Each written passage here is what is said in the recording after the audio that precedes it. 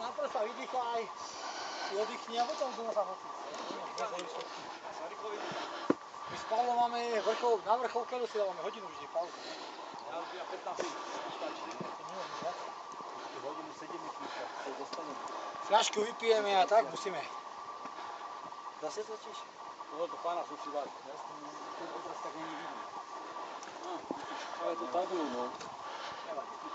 Tú tabulku tam budeš mať.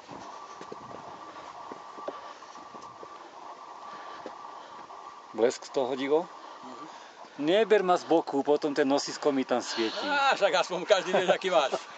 Že taký málo, taký nikto nemá. No.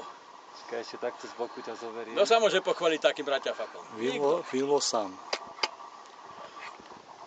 Vilo vystúpil sám na Babiu horu bez nás. Som víťaz dneska. Prvý tu bol. Som perší. To som pyšný na seba, chlapci. To sa budem chváliť doma. V robote to Majkovi natrem. To zahambím. Na zberovej linke. Hej. Na zberovej linke. No tak tu nás sa dívame do Poľska. Vidíš tam ten špic, tá voda, to je Poľsko. To je Hitap.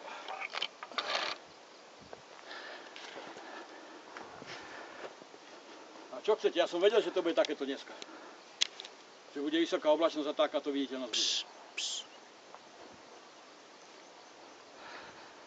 No ešte hento nemám kurzy odfotené. Či kde je vrcholovište? Pálko, to je vrcholovište? Chlapi, viete, že tu je slovenský severný pól?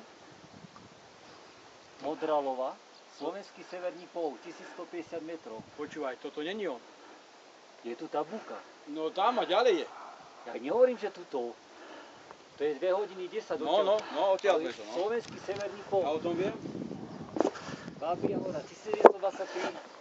Dobre hovoril, Juro.